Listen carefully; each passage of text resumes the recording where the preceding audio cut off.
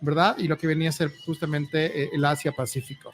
Ahí hay un nombre que siempre también lo deberíamos tener en mente, que se llama el capitán Elcano, ¿no? Que Elcano es el primero, hablemos, uno de los primeros junto con Magallanes, porque realmente Magallanes es el que hace la vuelta al mundo, que es el que sobrevive a esta expedición y apertura el comercio asiático. Una vez que se apertura justamente este tema del comercio asiático hace 500 años, comienzan a darse un proceso de colonizaje. Y la colonización fue a nivel portugués, fue a nivel, yo diría, relativamente un poco menos agresivo a nivel español, sobre todo por el caso de Filipinas, pero también entró el caso de Europa, sobre todo el caso de Holanda. Entonces, Malasia es una primera colonia, ¿verdad?, que tiene mucha influencia holandesa. Pero asimismo portugués.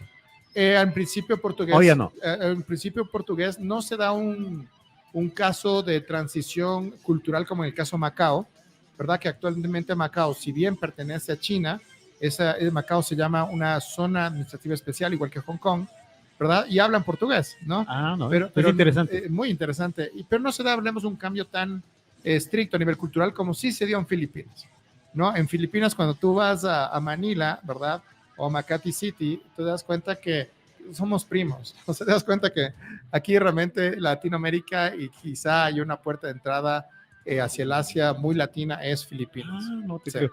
Hay otro datito en indicadores económicos. Vamos a ver, por ejemplo, PIB. En este momento Ecuador está en 106, y el crecimiento del PIB porcentaje anual per cápita, 5.934 Ecuador, mientras que el de Malasia, 11.371. Sí, es el doble de nuestra producción y eso es por tres temas fundamentalmente. ¿Cuáles? Primero, Malasia, como te decía, es la gran apuesta, ¿no? Después de la Segunda Guerra Mundial, la colonia neozelandesa se convierte en inglesa, porque hay realmente un acuerdo después de un par de guerras que tuvieron realmente los británicos con los holandeses. Hay que recordar que Holanda también fue de España, ¿no? O sea, eso también es otro dato. A ver, ese datito, a ver, ¿cómo es eso? Cuando realmente el monarca, ¿no?, Carlos V, está realmente en el poder, ¿ya? También está la parte relacionada con Holanda como parte de su reino, ¿no? Entonces, claro, es un tema interesante que Holanda después se independiza, claro que sí, pero en algún momento también fue España. Me acabas de dar bueno, sí, por algo hemos hecho, o sea, España algo ha hecho de invadir a Holanda, si no. Claro, por eso se hablan de los tercios de españoles que estuvieron justamente en Holanda.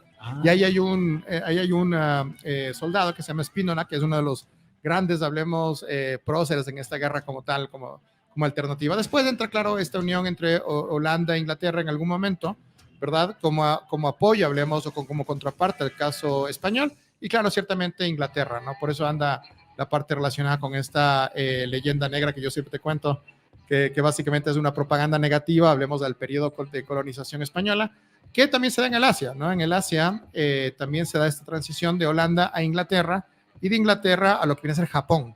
¿No? Japón también iba de Malasia, ¿verdad? Y justamente... Estamos hablando de la invasión de Japón en la Segunda Guerra Mundial. Segunda Guerra Mundial. Claro, porque Japón tenía un tema súper interesante que se llama la famosa georreferencia. Lo que quería básicamente era tener la mayor cantidad de recursos posibles, y esa mayor cantidad de recursos posibles estaban en Malasia por el caso del petróleo. Sí, sí. Entonces, en ese sentido, después de la colonizaje, hablemos japonés, Malasia toma la decisión de ir hacia adelante, ¿verdad?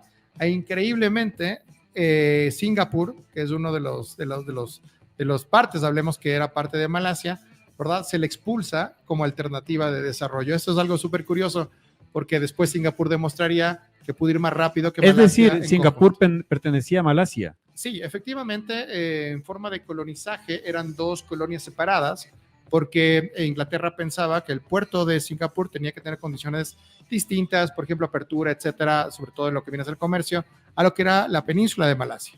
Sin embargo, cuando hay la parte de ya ser a países independientes, ¿sí?, en Malasia toma la decisión de expulsar a Singapur. ¿Y por qué? Porque básicamente se está buscando una identidad. La identidad era decir, mira, el problema es que en Singapur hay mucha gente de origen chino, y ojo, el origen chino no era algo de 20 años atrás, 30 años atrás, no.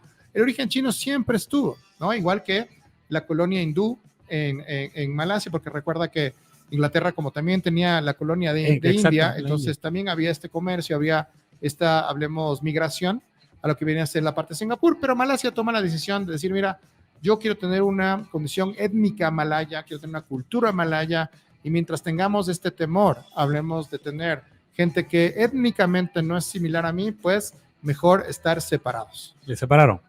Y justamente esta separación lo que hizo es que Singapur tome las decisiones que habíamos comentado y Malasia pues básicamente se mantenga, no te digo lejos, porque Malasia sigue creciendo, pero tiene, claro, muchos más retos que en el caso de Singapur como tal. Aquí hay otro datito que es acerca de la inflación.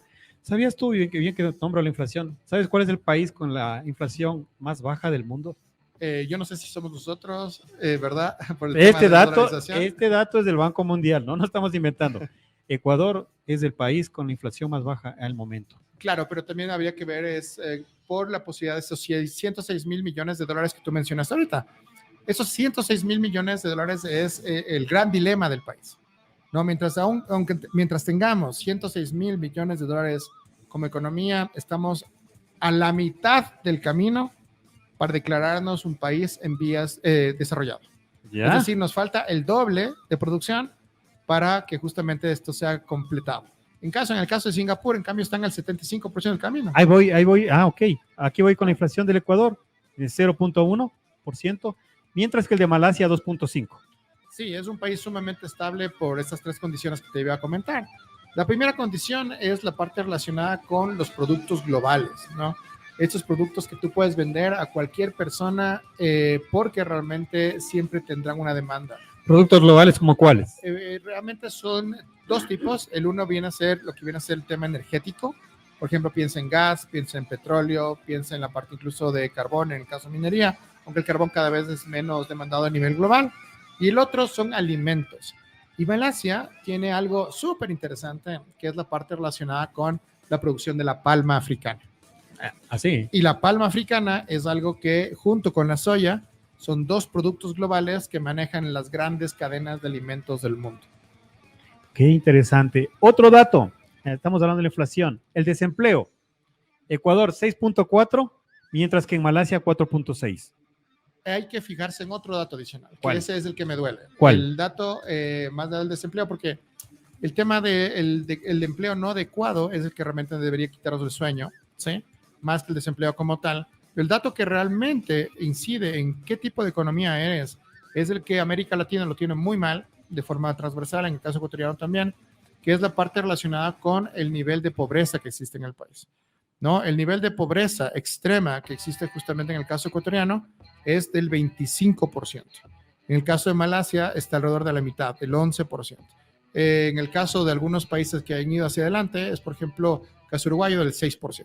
Ese 25% dice que 1 de 4 ecuatorianos está en pobreza, ¿no? Y eso es justamente uno de los grandes retos. En el caso de Malasia, parecería que ese dato es la mitad, exacto, lo cual es mitad. muy, muy importante. Y con tendencia a la baja.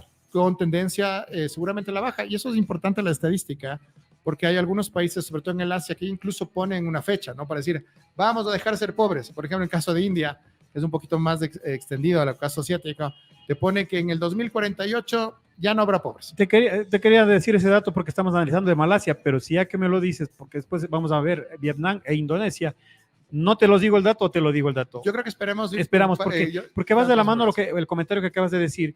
Malasia tiene ese dato, pero los otros tienen más bajo. Totalmente de acuerdo. Y de hecho hay otro indicador que también nos debería quitar el sueño, que es el indicador Gini, que es el indicador de equidad, ¿no? Si nos fijamos, América Latina toda tiene muy malos indicadores en equidad. Por ejemplo, en el caso de Brasil, ¿no? Esta gran potencia que estábamos hablando al principio de la conversación, tiene 54 de Gini. ¿Qué quiere decir esto? Tiene 54, que básicamente es un país con mucha inequidad. Una consulta, 54, sí. También tomándole de base, ¿sobre 100? 1 o 100 es el que más inequitativo es, o sea, ya sería casi un país esclavista, ¿no? Ok, y para tenerle claro ese dato. 0 es alguien que tienes mucha equidad. Los países más equitativos tienen 35. Ejemplo, Canadá o el caso de Vietnam, que seguro lo vamos a ver, que es uno de los países con más equidad en el planeta. Estaría entonces entre los 30 y 35. Sí, de hecho. ¿Ecuador en qué? Estamos en 45. Ah, pero... No, el problema es que ese 45 no se ha movido en los últimos, escuche bien el dato, 200 años. Ah, ok. ¿No?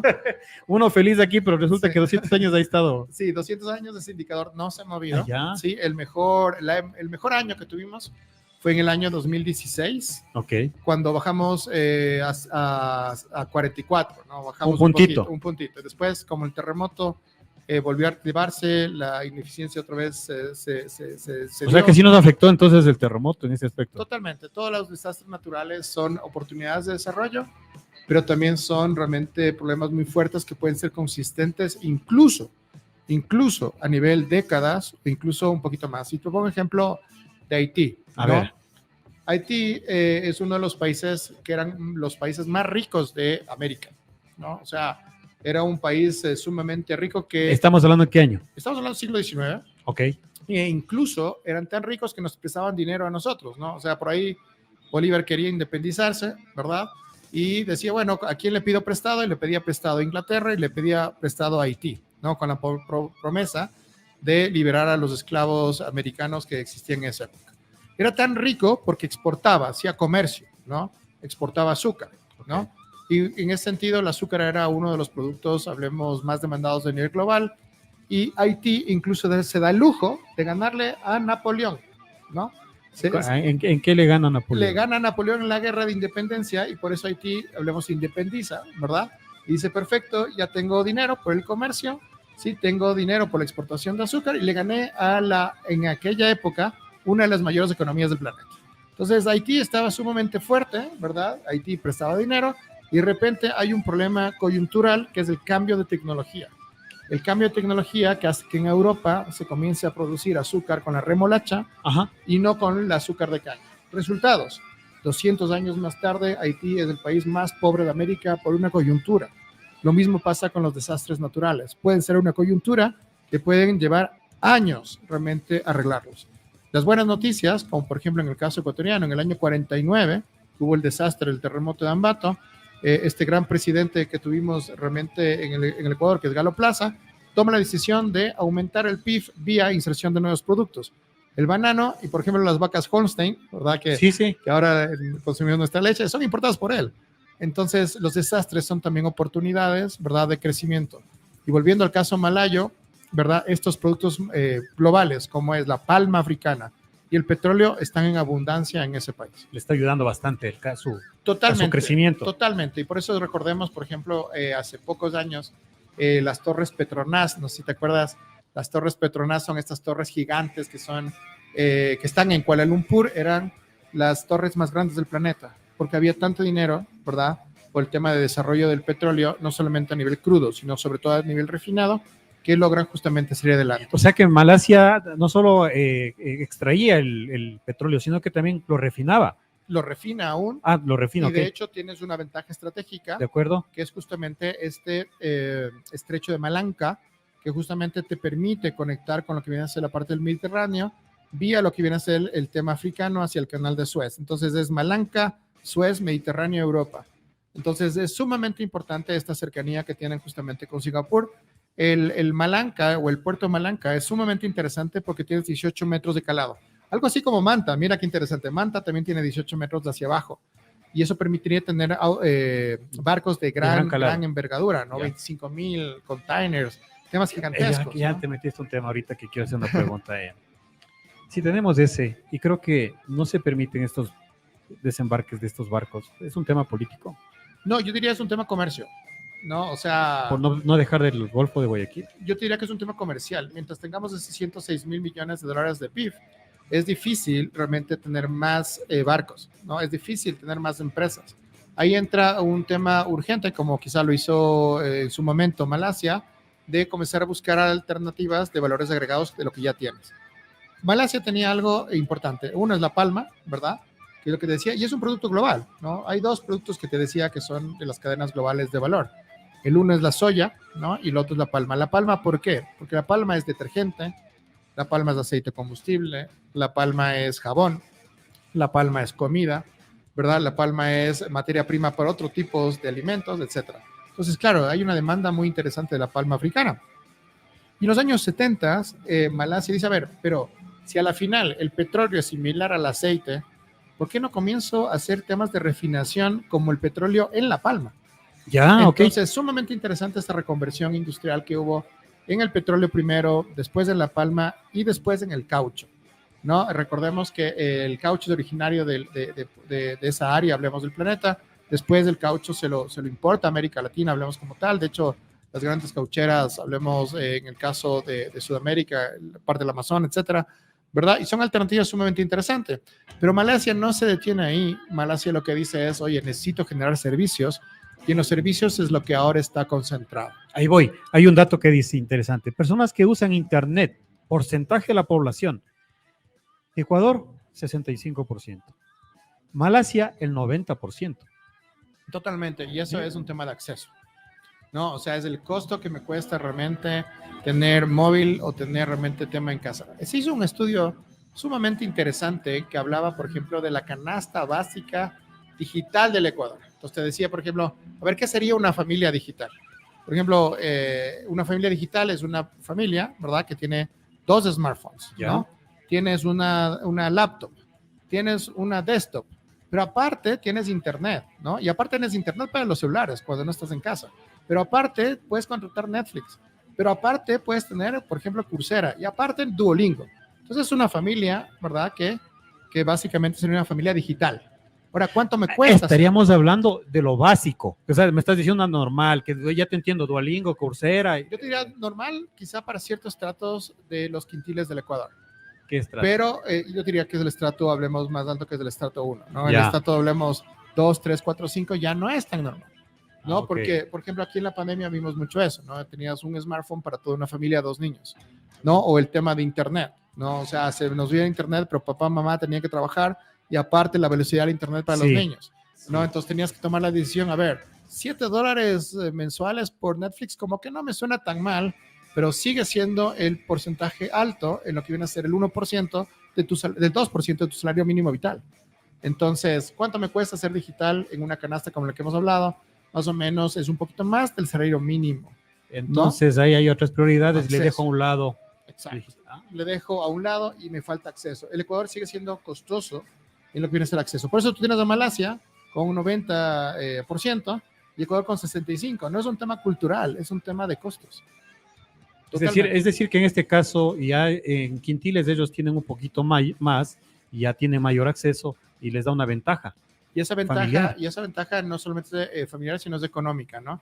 Eso me recuerda a un tema sumamente interesante que se llama de los famosos Taobao. No sé si alguna vez has escuchado. No he escuchado ese Taobao. El Taobao, imagínate, es un concepto chino que está en Malasia como tal, que me parece súper interesante, que es el pueblo más chiquito de China, más chiquito, no más alejado, o el pueblo más chiquito y alejado de Malasia, a través de Alibaba, puede vender a través de internet, ¿no? Entonces, okay. Imagínate, sí, te entiendo, Alibaba. Que es como tener el café de Intac, ¿verdad? Es espectacular, ¿no? Pero comprado directamente a la página web del pueblo de Intac. Entonces, va directo. Evito intermediarios. Ya no hay intermediarios porque el pueblo chiquito tiene conectividad y lo interesante es que la conectividad es igual a comercio electrónico. Y en este caso aquí en América, hablemos de Ecuador, el comercio electrónico, ese acceso, estamos hablando de la logística, ¿es factible o es complicada por su llamemos irregularidad, su territorio? ¿Cómo lo ves? Yo lo veo como una posibilidad fantástica. De hecho, por ejemplo, para el despliegue de infraestructura tecnológico, de telecomunicaciones, Ecuador tiene una ventaja que ni Estados Unidos tiene. ¿Cuál es esa? Es la concentración de población en centros urbanos, es decir, Ecuador, no sé si tú conoces este dato, que es que el Ecuador es el país más denso de América Latina, ¿no? O sea, por ejemplo, a veces pensamos en las grandes ciudades, ¿no? Metrópolis, Sao Paulo, Buenos Aires, el mismo Distrito Federal en Bogotá, Lima. Pero hay que tomar en cuenta que Ecuador tiene la mayor concentración de personas por kilómetro cuadrado en ciudades. O sea, Quito es más denso, ¿verdad?, que México. Quito es más denso. Ya te entiendo en ese dato de densidad. Claro, es más denso que Sao Paulo, ¿no? O sea, porque claro, tenemos una ciudad bastante limitada en lo que viene a ser la parte de desarrollo urbano, porque claro, tienes un problema, hablemos de verticalismo, pero es un tema que Ecuador tiene esa ventaja. Primero, la población está concentrada en ciudades. No se necesita mucho desplazamiento. Exacto. Y dos, el tema muy interesante es la cantidad de kilómetros cuadrados que tenemos.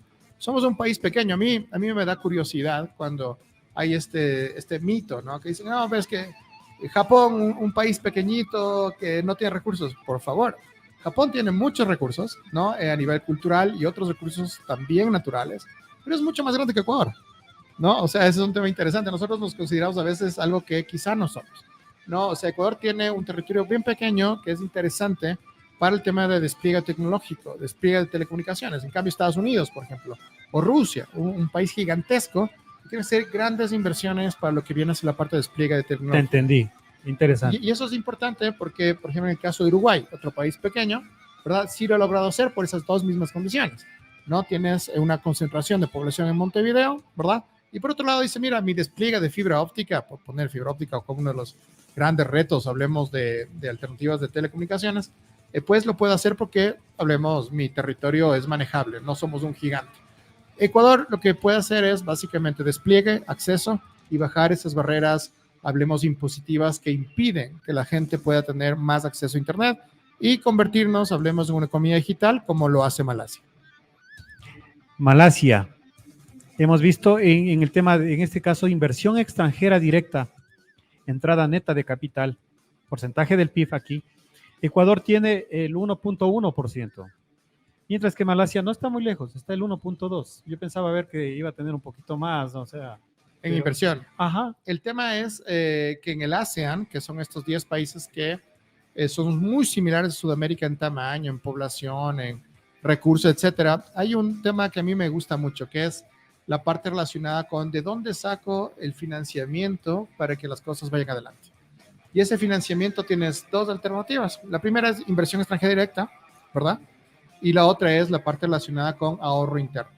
En el caso justamente de Malasia, como aún no es un país, hablemos como en el caso de Vietnam, que es distinto un poco, o en el caso, hablemos de Tailandia, o en el caso, por ejemplo, de Indonesia, o en el mismo caso de China, es decir, aún no se convierte realmente en un foco de atracción de inversión en extranjera directa, le apuesta al ahorro interno, que es otro de los grandes temas importantes que realmente podemos aprender del Asia, ¿no? A veces está muy bien, ¿no? Está excelente esperar que venga inversión extranjera directa, pero no es el único motor que tiene la economía. El otro motor que tú tienes es el ahorro interno, porque a veces, ¿no? Y pensemos en inversión como una fiesta, quieres invitar a gente que quizá no conoces, pero te gustaría tener la fiesta. Pero una pregunta, tú dices del ahorro interno, pero ese no es un tema cultural para que todas las familias incentiven a ese ahorro. Hay dos temas. El uno es la parte relacionada con cultura, sí.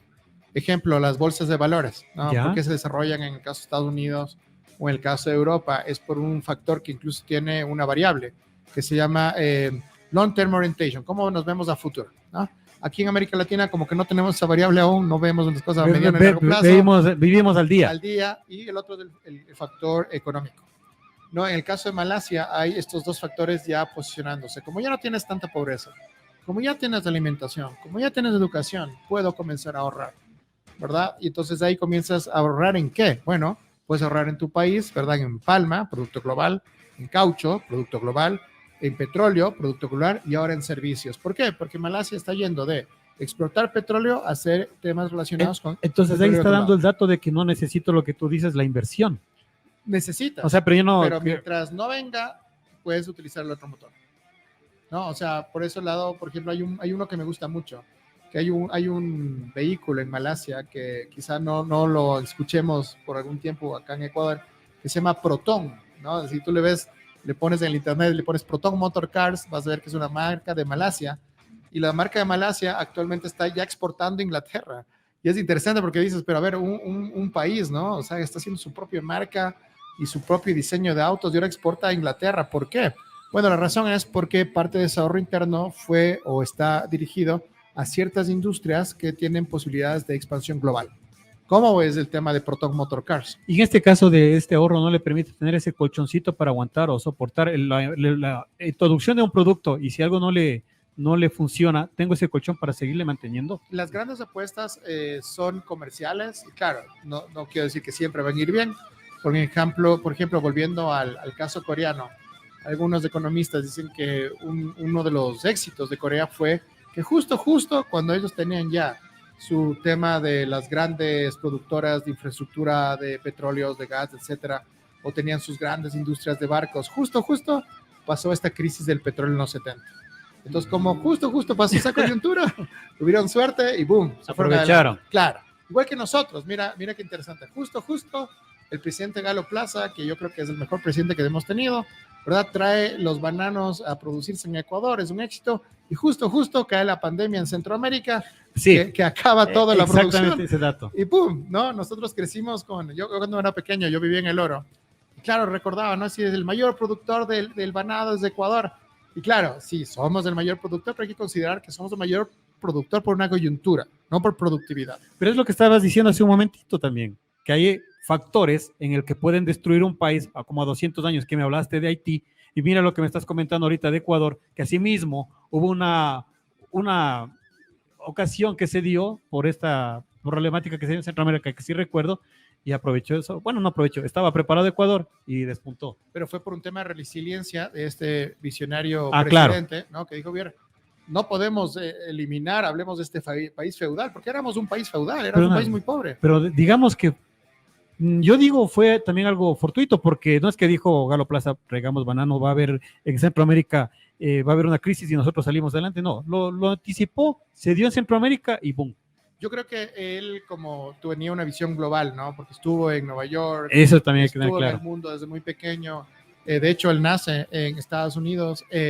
Hay un indicador que quizá él lo conocía con otro nombre, que se llama el famoso RCA, ¿no? Se llama las ventajas comparativas descubiertas de un país. Ok, sí. ¿No? Hay algunas ventajas que los países nacen con esas ventajas, ¿no? Si de hecho, si es que lo quieren poner nuestros radioescuchas, en el internet, pongan RCA, pongan Ecuador y pueden poner incluso por años, ¿no?